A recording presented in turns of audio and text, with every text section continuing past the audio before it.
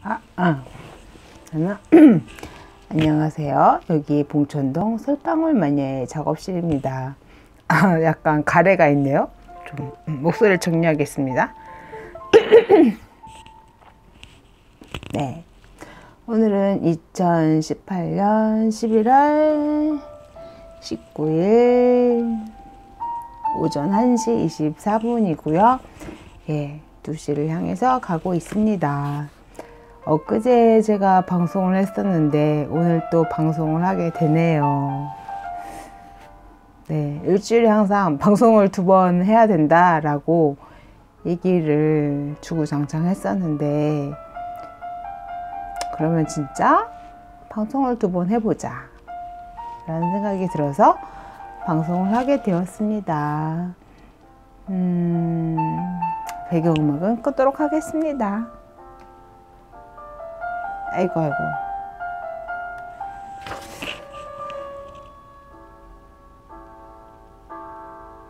아이고, 왜 이렇게 배경음악이 안 꺼지지?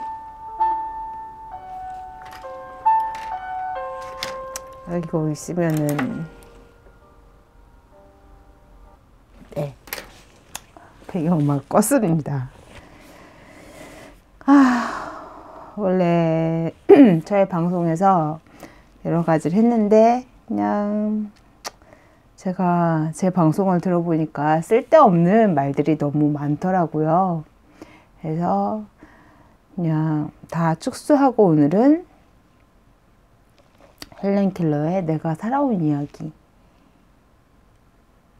그 전에 했던 이야기도 제가 줄거리를 얘기했는데 그것도 생략하고 그냥 단도직입적으로 헬렌 켈러의 살아온 이야기 읽고 해설하도록 하겠습니다. 네. 좀 그래도 보여주면은 좀 흥미로우실까봐. 예. 여기 혹시 이 점 보이시나요? 이거는 점자로 살을 의미하는 것 같아요. 예.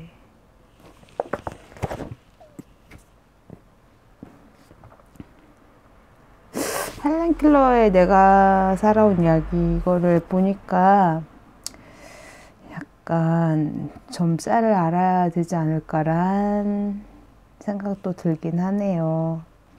그렇긴 하지만 시작하도록 하겠습니다. 헬렌 켈러 내가 살아온 이야기 제4장. 일생을 통틀어 가장 중요한 날이 있다면 바로 이날, 내가 앤 맨스필드 설리번 선생님을 만난 날이다.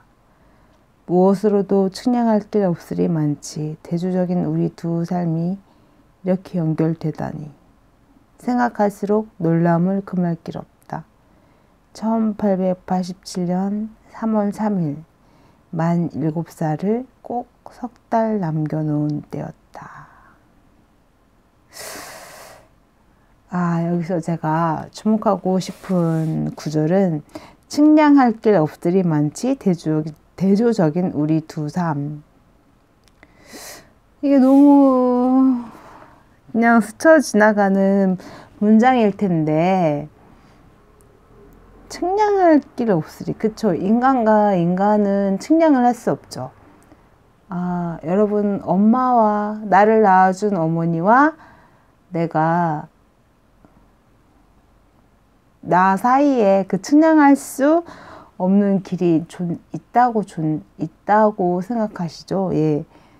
그런 것 같아요. 사람과 사람 사이에는 정말 측량할 수 없는, 우리가 어떻게 이럴 수가 라는 그런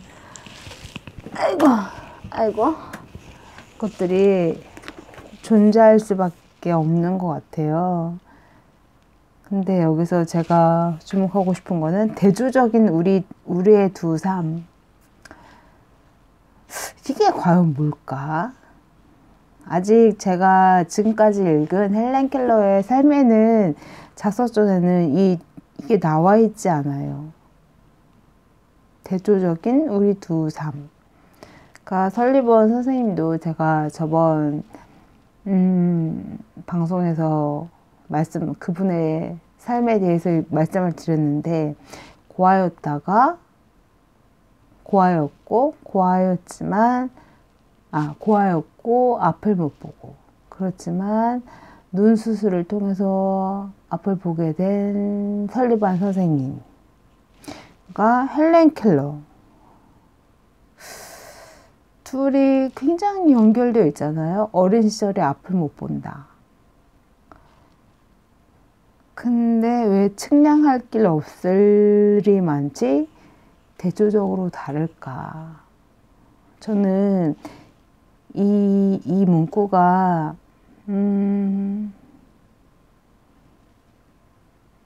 되게 솔직하다고 느껴져요. 예.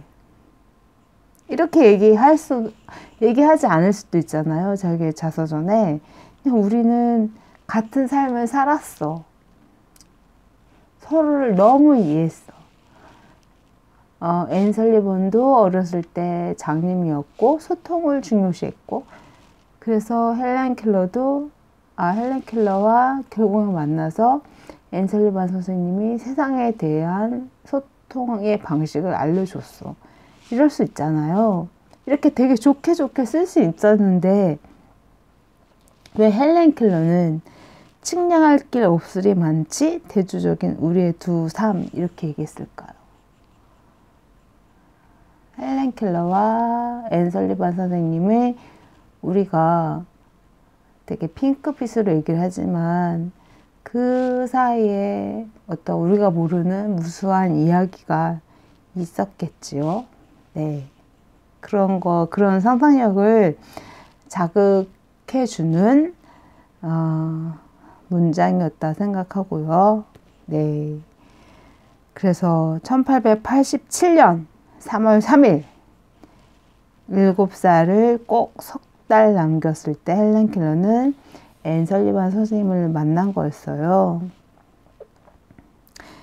근데 여러분, 어렸을 때 기억을 얼만큼 하시나요? 여기가, 그러니까 결국 제가 지금 얘기하는 거는 제가 지금 방송을 한 8개 정도 했거든요. 그 8개 방송에 결국에는 헬렌 켈러가 7살 전까지의 기억을 토대로 방송을 한 거였어요. 그 기억을 토대로. 그렇다고 하면은, 그래서 이걸 보면서 저도 저의 그 7살 이전의 것들을 상상을 했어요. 근데, 이렇게 헬렌 켈러처럼 이렇게 많은 기억들이 존재하지 않거든요. 7살 이전의 나의 기억들. 7살이라고 하면은 7년이잖아요. 그러면 7년의 어떠한 나이테만큼의 기억이 있을 텐데, 이상하게 그렇지가 않아요.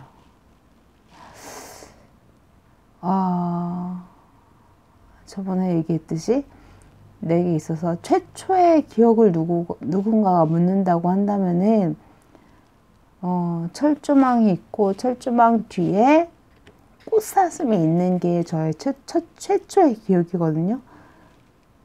이게 일반적인 상황은 아니잖아요. 그래서 나의 착각인가? 라고 생각을 했는데, 나중에 부모님들의 얘기를 들어보니까 저희 아버님이 사슴 농장에서 제가 태어났을 때 일하셨다고 하더라고요. 그러니까 맞는 거죠.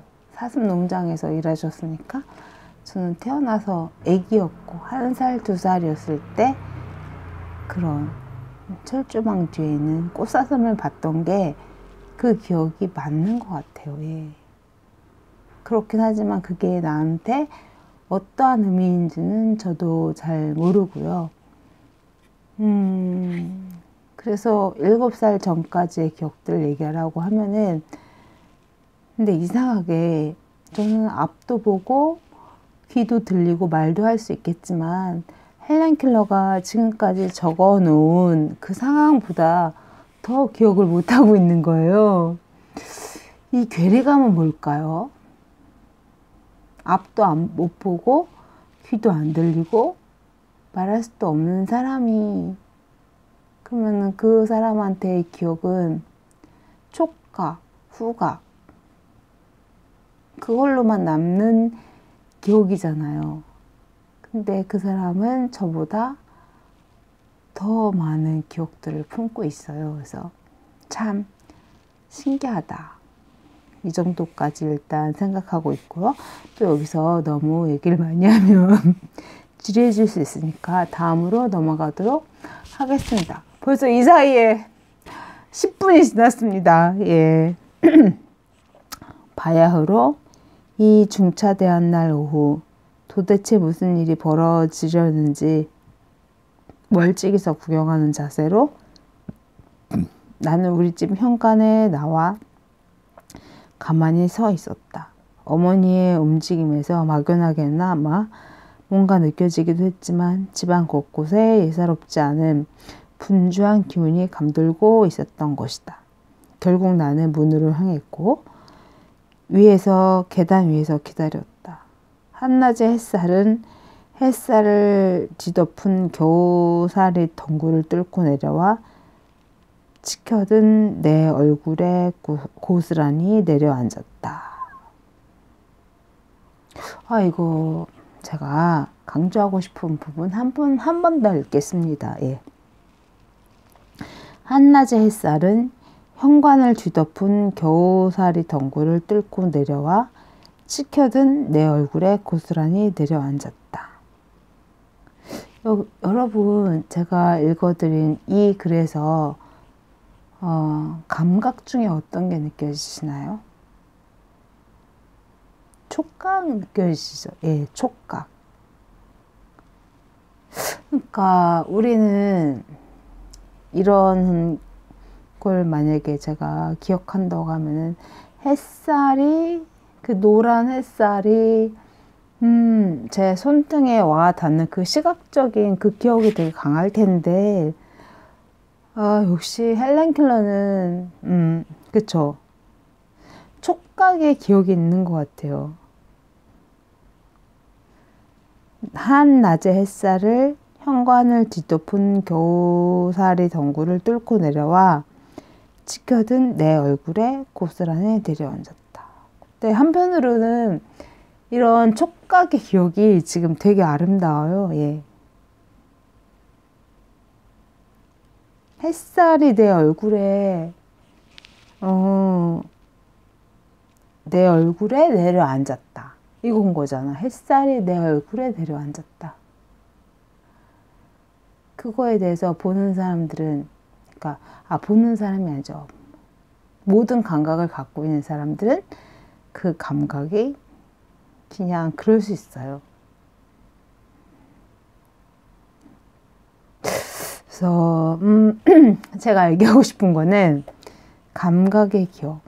그러니까 원래 이미지, 시각이 어떠한 감각 중에 제일 큰 우위를 차지하잖아요. 그래서 우리는 시각적인 것만 되게 크게 생각을 하는데, 이렇게 헬렌 켈러는 촉각만으로 살았던 헬렌 켈러를 생각하면은 이 촉각이 또 얼마나 아름답고 우리의 삶에 뿌리 내릴 수 있는지에 대해서 생각해 볼 수 있게 하는 문장이었습니다. 예, 그러면 또 읽도록 하겠습니다. 이제 막 다다른 달콤하기 이를 데 없는 남극의 봄 인사를 전하는 친근한 잎사귀와 꽃들을 향해 내 손가락들은 거의 무의식적으로 더듬더듬 움직이고 있었다. 나는 내 앞에 펼쳐진 놀라운 미래를 알지 못했다. 벌써 몇 주째 고통과 분노가 나를 갉아먹은 뒤라 깊이를 알 수 없는 무기력에 빠져 이미 두 손 두 발을 다 들고 예의 그 노발대발 날뛰며 치러온 전투에서 나의 패배를 기꺼이 받아들인 상태였던 것이다. 네. 헬렌 켈러가 세상과 소통하지 못하는 답답함, 그거를 짐승처럼 표현하는 부분에 대한 이야기였었고요. 그 다음에 이제 이야기가 나오는데, 이거는 우리가 좀 새겨 들었으면 좋겠다라고 생각하는 문단이에요. 일단은 먼저 읽겠습니다. 벌써 15분이네요. 예. 혹 바다에서 짙은 안개를 만난 적이 있는가? 뿌연 어둠이 당신을 가둬버린 불안하고 초조한 상황에서도 당신을 태운 배는 조심조심 수심을 재는 달인추와 측심연을 늘어뜨려 길을 찾으며 해안선을 향해 더듬더듬 나아갈 것이다. 그러면 당신은 무슨 일이 일어나지 않을까? 두근거리는 마음을 부여잡고 그저 기다릴 수밖에 없다. 바야흐로 내게 교육이란 게 시작되려 할 즈음 내 모습이 꼭 바다에서 안개를 만난 배와 같았다. 내 모습이 바다에서 안개를 만난 배와 같았다. 그러나 내게는 나침반도 측시면도 없었다. 나에게 빛을, 나에게 빛을, 나에게, 제발 나에게 빛을. 내 영혼은 그저 소리 없는 외침을 내지를 뿐이었다. 그런데 바로 그 시작, 한 줄기 사람의 빛이 마침내 내게 이른 것이다.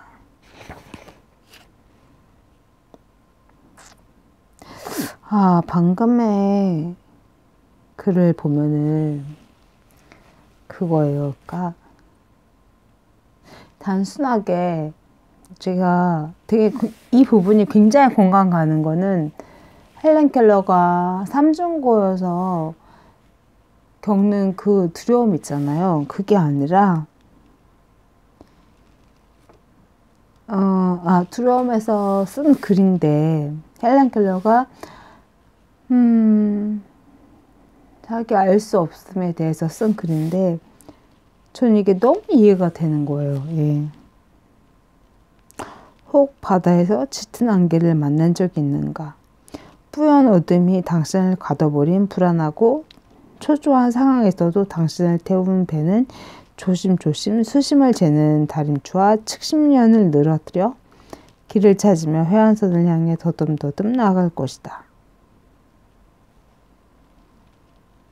그러나 내게는 나침반도 측심연도 없었다. 이게 헬렌 켈러는 자기의 물리적인 현실을 얘기한 거잖아요. 진짜로 안 보이고 진짜로 안 들리는 그 상태의 답답함. 그럼에도 불구하고 뭔가를 외치잖아요. 빛을. 제발 나에게 빛을. 이 부분은 그럴 것 같아요. 헬렌 켈러가 그 당시에 이렇게 말하진 않았겠죠. 왜냐하면은 안 보이고 안 들리고 말할 수 없는데 뭔 빛을, 제발 나에게 빛을 이거였겠어요. 지금 제가 얘기하는 거는 그거잖아요. 예. 자서전. 시간이 다 지난 다음에 그 상황을 내가 생각해 보니 그렇게 표현할 수밖에 없겠다. 빛을? 제발 나에게 빛을. 그쵸? 그 당시 헬렌 켈러는 빛을 원했었던 거예요.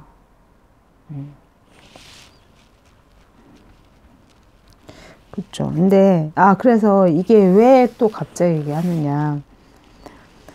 저는 이 부분의 단락의 글을 읽었을 때 든 생각이 이 약간 조용함이 너무 좋네요. 네. 아마 방송에서는 방송사고인데 저희는 개인적인 방송이잖아요. 어떻게 사람이 생각과 생각이 그렇게 매끄러울 수가 있겠어요? 당황을 할 수도 있고 상념에 젖을 수도 있고 생각을 할 수도 있고 그게 이런 저 같은 소수로 방송하는 사람들의 메리트겠죠. 그래서 제가 다시 생각을 하면은 말을 하자고 하면은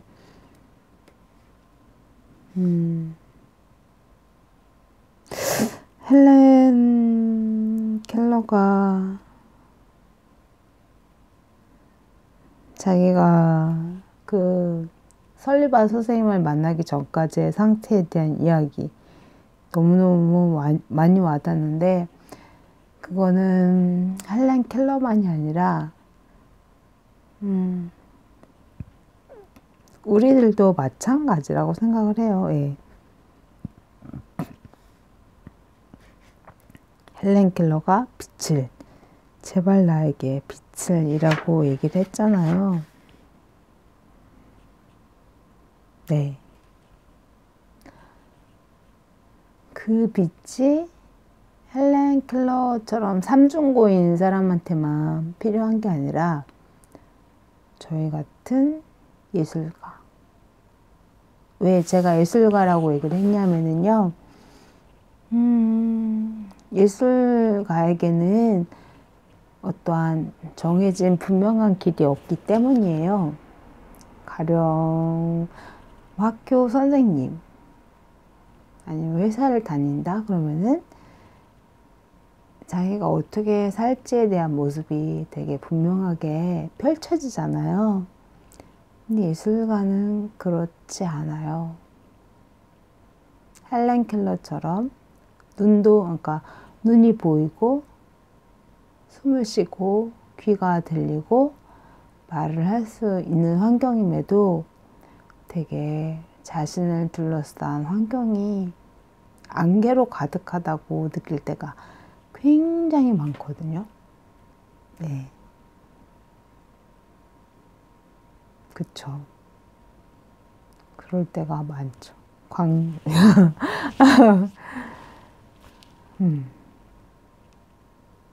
네. 네. 얘기를 계속 해야 되는데.